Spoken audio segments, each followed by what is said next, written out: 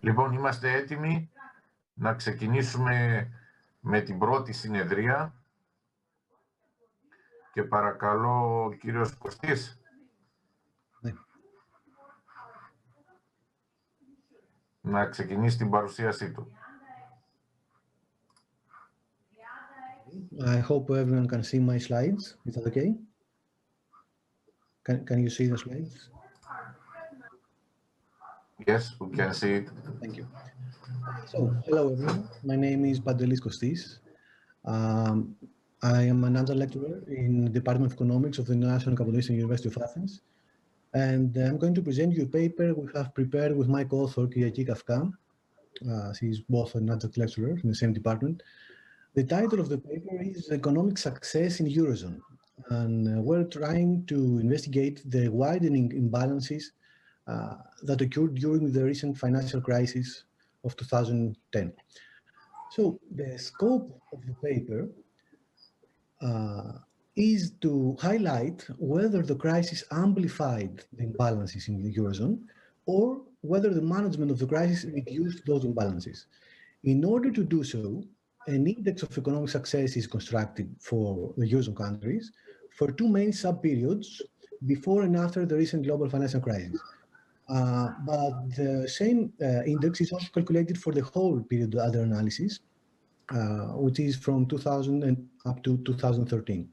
In that way, there can emerge comparisons of the performance between economies belonging in a single economic and monetary union, as well as an indication about in which direction and to what extent the crisis has affected the Eurozone economies. The paper we have prepared, we think that it contributes in the relevant literature mainly due to the fact that the index of economic performance that is constructed is based on the factors through which the real effective exchange rate is calculated, factors that in addition to the competitiveness of the economies can determine to a significant degree the domestic economic environment of the economies under analysis. And this leads to important policy conclusions useful for policymakers and decision makers in each Eurozone economy and for the Eurozone as a whole.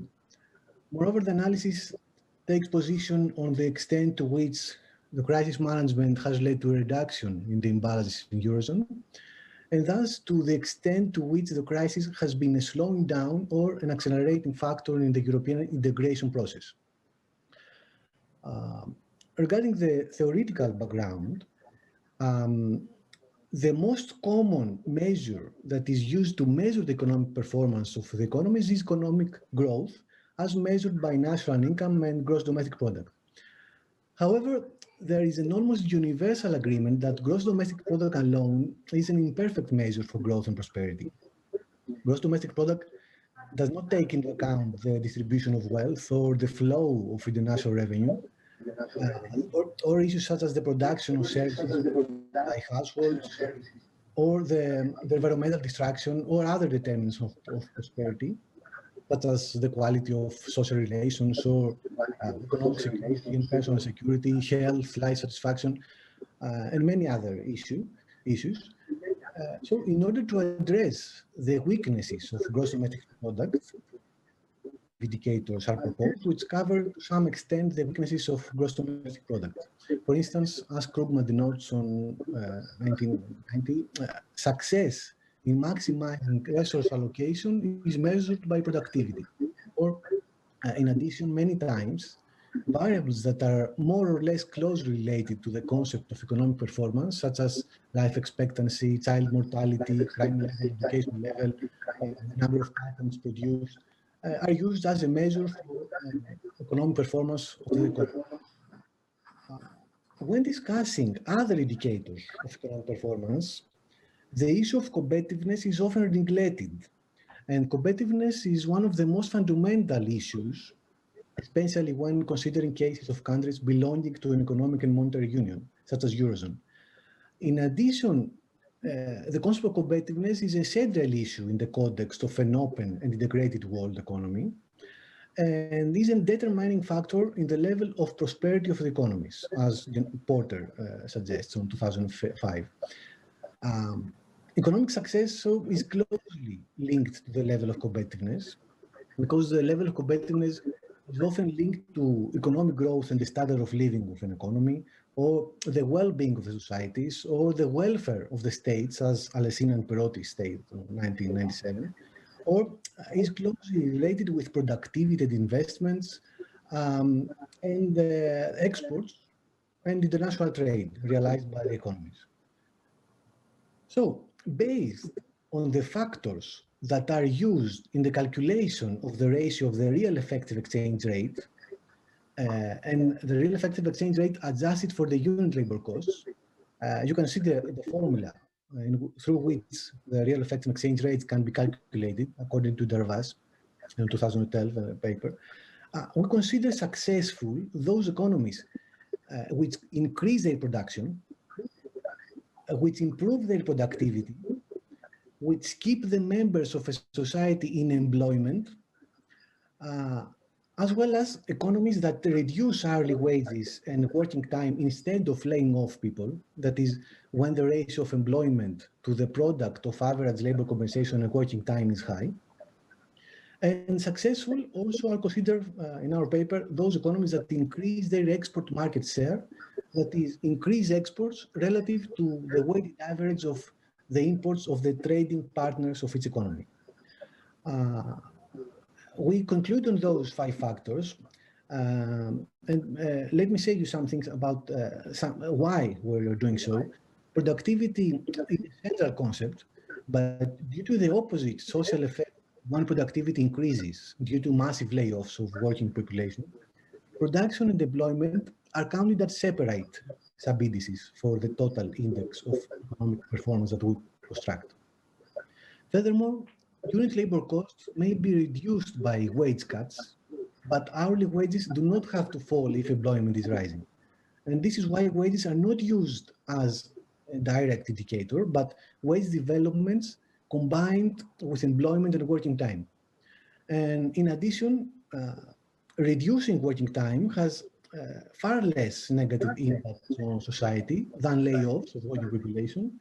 And finally, export due to the importance of export sustainable adjustment for countries with high level of external borrowing. And based on whether or not the countries concerned achieve the above 5 targets that I talked to you about, 5 relevant sub-indices are calculated. The analysis of our paper covers a period from 2013, because 2013 is the last recessionary year for the Eurozone economy. And the data concern the Eurozone countries. Let me say you that Latvia and Lithuania are not included in the analysis because they entered the Eurozone in 2014 and 2015, respectively. And in order to eliminate compositional effects that may be due to sector-specific reactions due to the recent crisis in the Eurozone, or other external causes that may affect production levels, in 3 out of the 5 sub-indices that we construct, the analysis is based on the whole economy without the sectors of agriculture, forestry and fishing, the sector of construction, and the sector of real estate. The reasons of why we exclude these sectors from the analysis are that the agriculture, forestry and fishing sector is characterized by high level of subsidies, and its performance is determined by the prevailing climatic conditions. The construction sector is labor-intensive and low productivity sector with several negative consequences due to the debt crisis in several Eurozone countries. That's its use would distort productivity measures.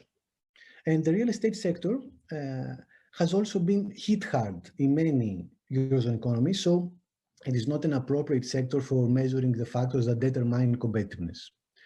So, as I said, we construct 5 different sub-indices, which altogether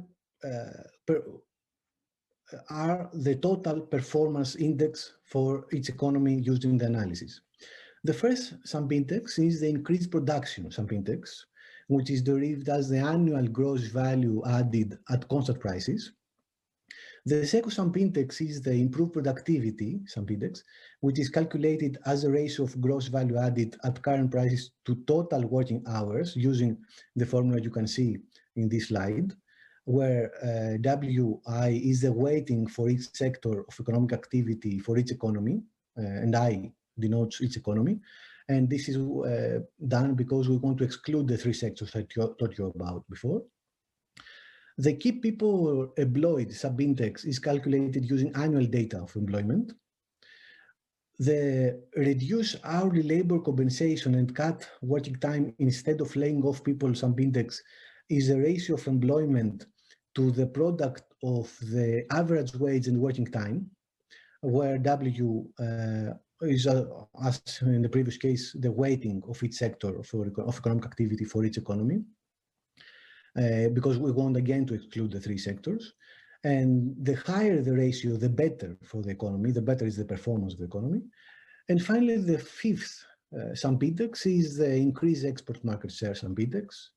It is the ratio of the annual change of the exports of the examined country to the average of the imports of its main trading partners per year. It is calculated, and countries' largest importers and exporters were used as trading partners, and we took into account only transactions with countries within the European Union.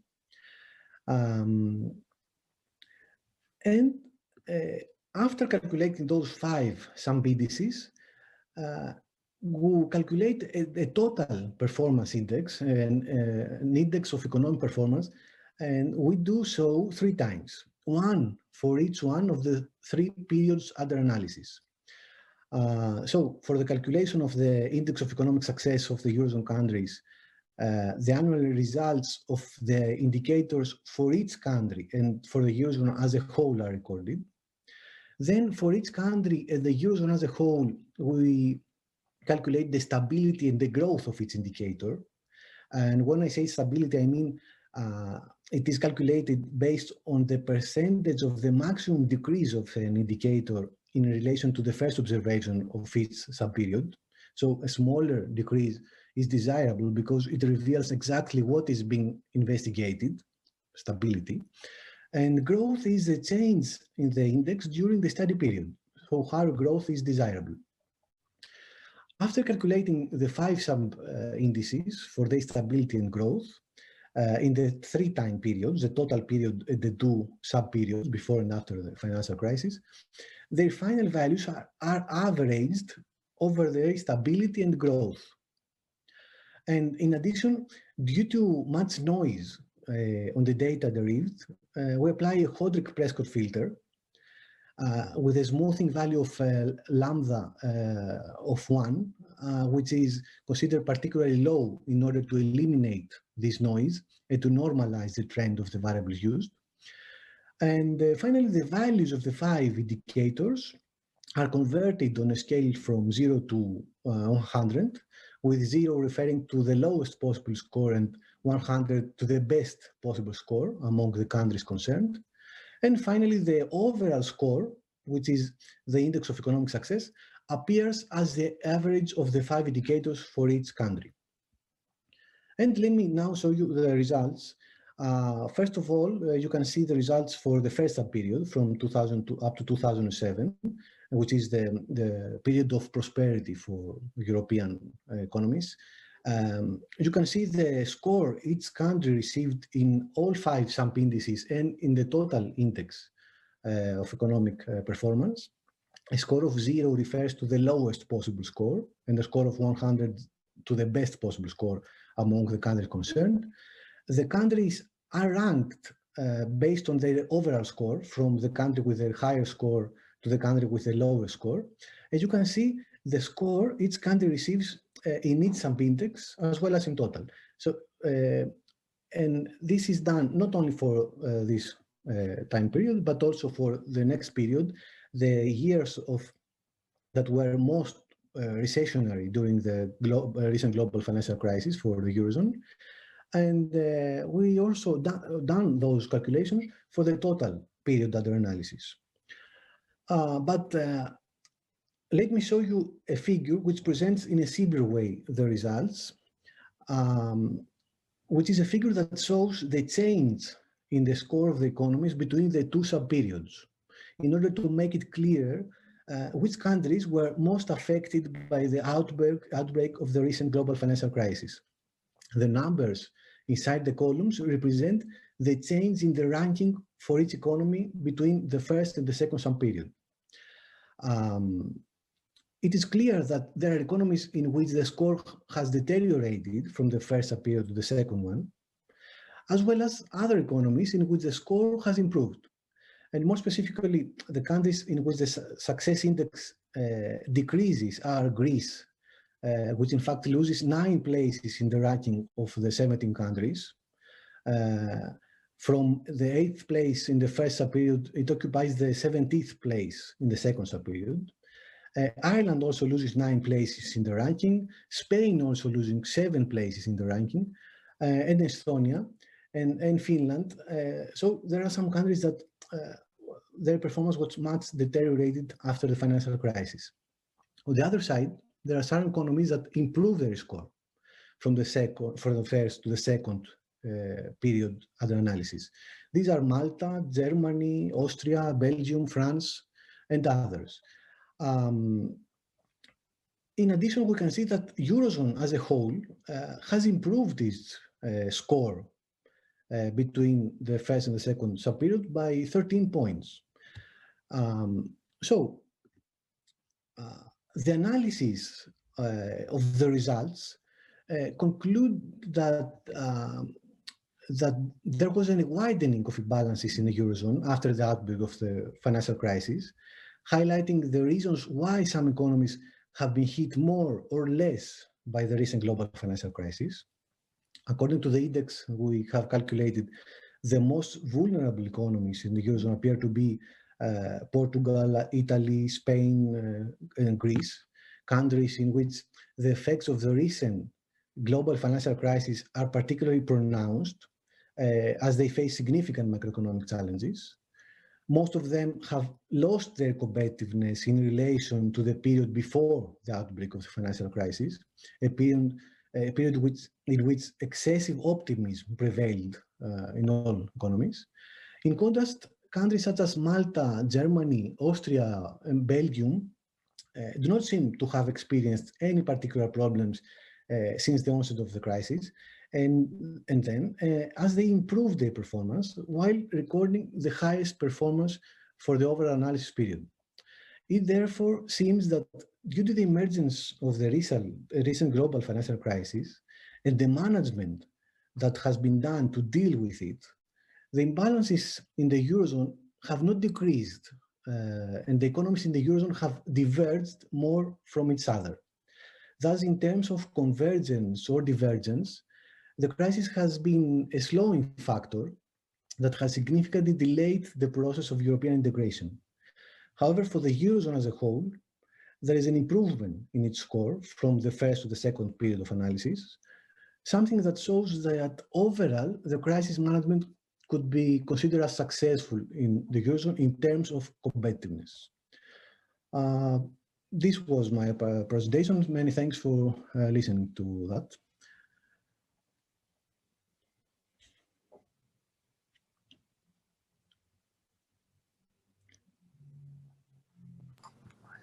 Thank you very much, Mr. Kostis. Is there any questions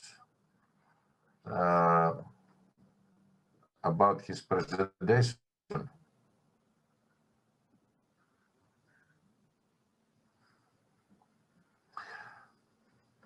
Okay. Thank you very much. I hope we will see your presentation in full article. Yes, of course. And now, thank you very much again. And now, Mr. Alexandros Parthymos can start his presentation.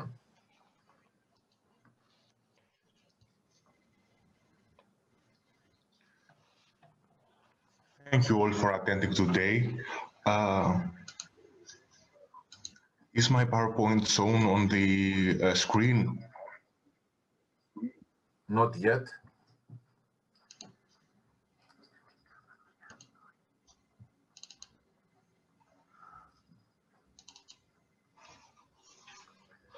Okay, now we can see your presentation. Nice, thank you, thank you. So, thank you for attending IconDecon 2020. I would like to introduce myself. I'm Alexandros Parthymos, a PhD candidate at the University of Peloponnese, and today we are going to talk about a work along with my professor, Miss Irene Daskalopoulou, about regional entrepreneurship and social capital in Greece. Before I start, I would like to briefly mention the structure of our presentation. The flow of the presentation begins with our research goal and motivation, moves on the background, knowledge and analysis, followed by the data and variables used in this analysis, and moves to our empirical model. It ends up then with our preliminary results as well as our final thoughts. So let's move to the third slide.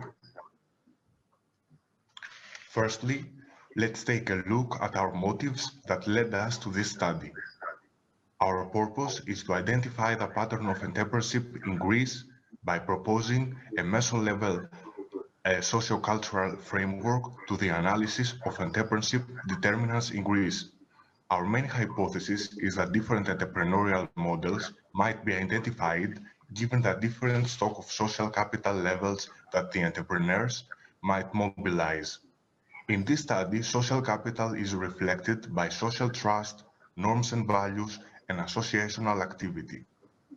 Here, we test for the effect of regions as the meso level, wherein differences in the social capital features might be identified owing to the special interplay of micro and macro level factors.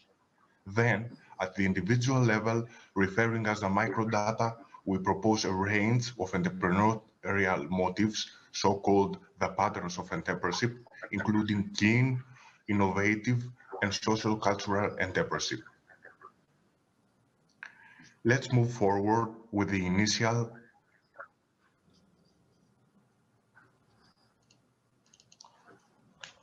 part of our investigation of our background knowledge. Here, we are identifying conceptualized social capital through the following research. For the purpose of our presentation, I have concluded a small number of references in the slide. So firstly, social capital is embedding in the sphere of relations amongst individuals and groups according to Coleman and Patman. Also, social capital is the links within and between networks and groups. According to Coleman, social capital is, and I quote, an attribute of the social structure in which a person is embedded and that it is not a private property of any of the persons who benefit from it. Similarly, Putnam suggests that social capital is embedded in social organizations such as networks that are built and maintained in order to facilitate the coordination and cooperation of individuals for their mutual benefit. In that context of entrepreneurship, social capital is the goodwill and resources that emanate from the individual's network of social relationships, and its effects flow from the information, influence, and solidarity available to the entrepreneur, according to Nadler and Kohn. Lastly, social capital refers to us as the resources individuals can tap from the possession of more or less institutionalized relationships of mutual acquaintance and recognition.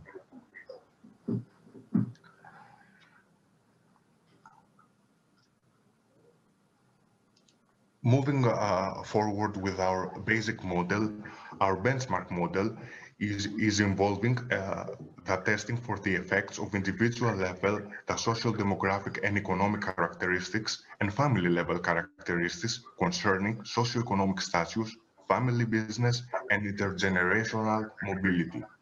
Below, some research is presenting for the purpose of our benchmark model.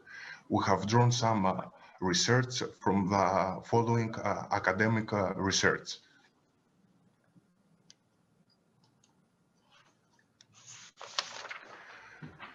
We view the interrelationships between entrepreneurship and social capital as leading to different entrepreneurial paradigms.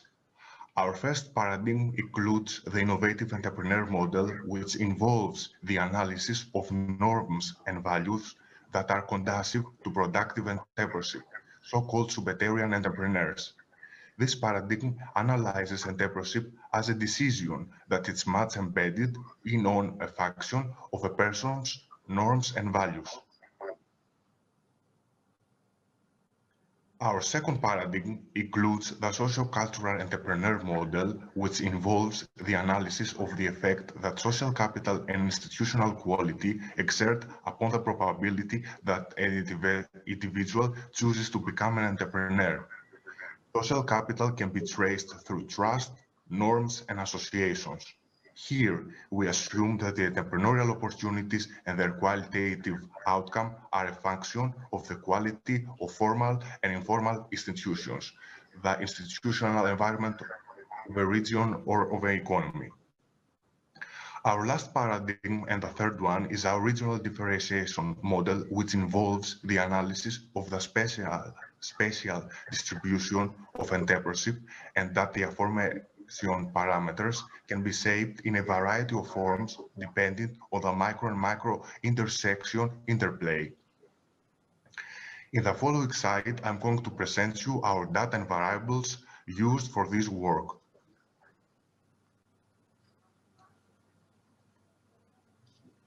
So initially, we have drawn individual level data on social capital from the European Social Value Survey for rounds 1, 2, 4, and 5, and more specifically, round 1, 2002, round 2, 2006, round 4, 2008, and round 5, 2010 for Greece.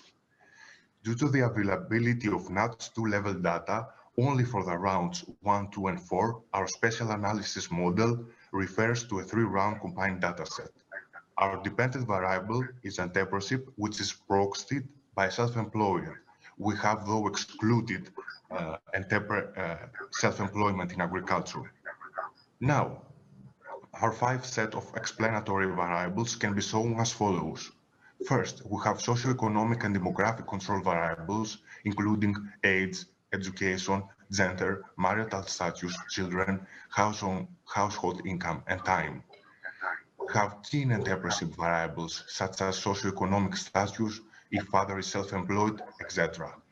And then we have innovative entrepreneurship variables, including relative income, feeling about income, and the importance of creativity. Sociocultural entrepreneurship variables include generalized trust, institutional trust, attitude towards the markets and the economy, and the quality of institutions. Finally, our special control variables includes dummy variables referring to our 4 regions with a higher percentage of entrepreneurship.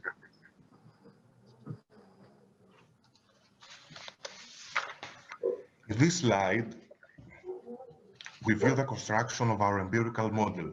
The probability that a person is self-employed may be modeled as a binary dichotomous dependent variable of the next form, y equals. For modeling the above outcomes, either a normal distribution, a probit model, or a logit model can be used. In our case, we have chosen to use a logical distribution of the displayed form due to the fact that there is a large difference in the percentage of entrepreneurs compared to non-entrepreneurs. Moving the first slide of our results, we have our first summary statistics. We do have a quite satisfactory fit of the estimated models with an overall percentage of correct answers exerting 80%, and more specifically for our basic model we have 82.4%, our full model with 7,000 points reaches to 81.3%, and lastly our full model for Attica shows a score of 86.5%.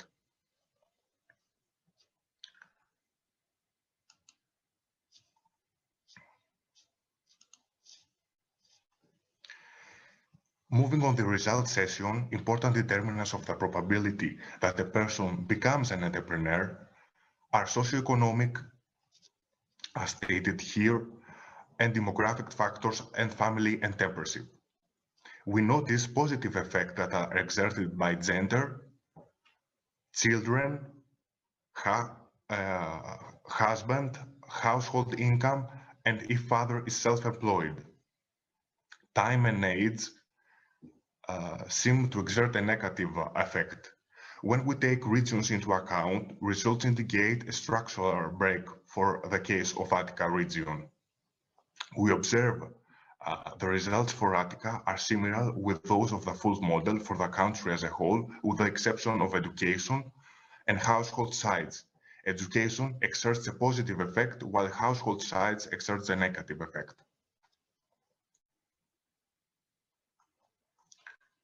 Now, factors regarding the innovative entrepreneur and the socio-cultural entrepreneur hypothesis are also important. Positive effects exerted by feeling about income and satisfaction with democracy variables.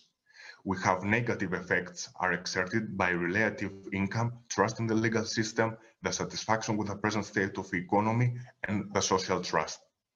Though for Attica, which we see a structural break, we find similar results with quality of democracy being the only factor exerting a positive effect, and relative income, trust in the legal system, and social trust all exerting a negative effect.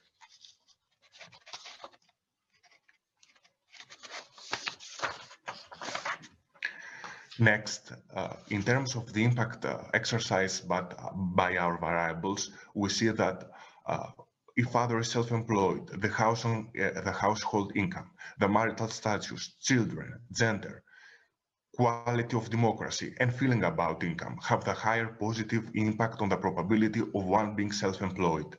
For Attica region, for which we see that household income, father self-employed, and education, children, and quality of democracy have the higher positive impact and the probability of one being self-employed.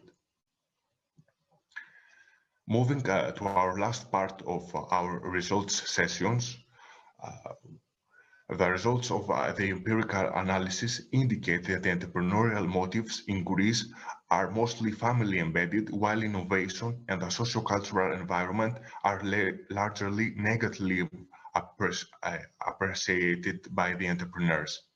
We do notice that the socioeconomic and demographic characteristics of individuals are strong and consistent predictors of the probability of one being self-employed.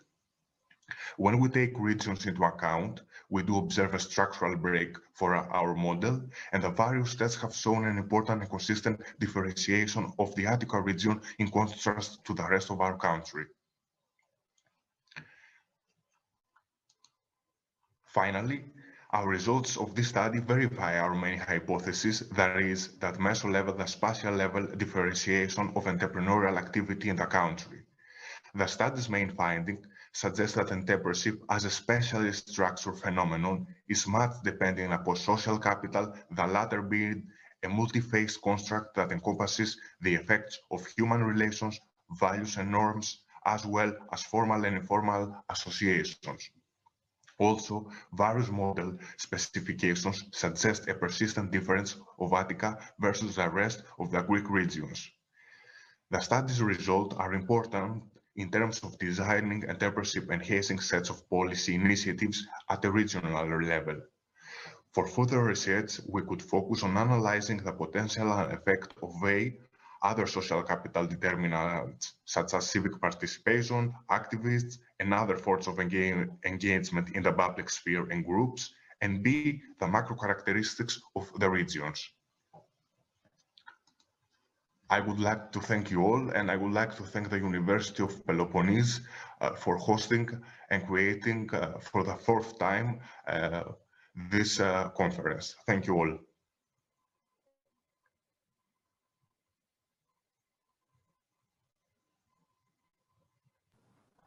We would like to thank Mr. Parthymos Alexandros, and I call Sorina Chiper to try to present her presentations, but before of that, I would like to ask if there is any question to Parthymos' presentation.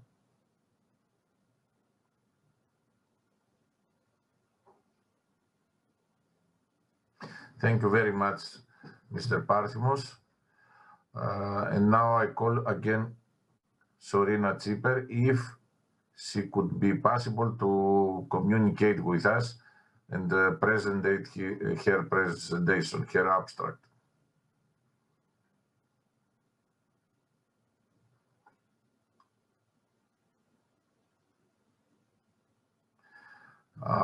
I hope, Mr. Parthymos, see your full article in the proceedings of the ICODECON, or to be published in a collaborated scientific journal.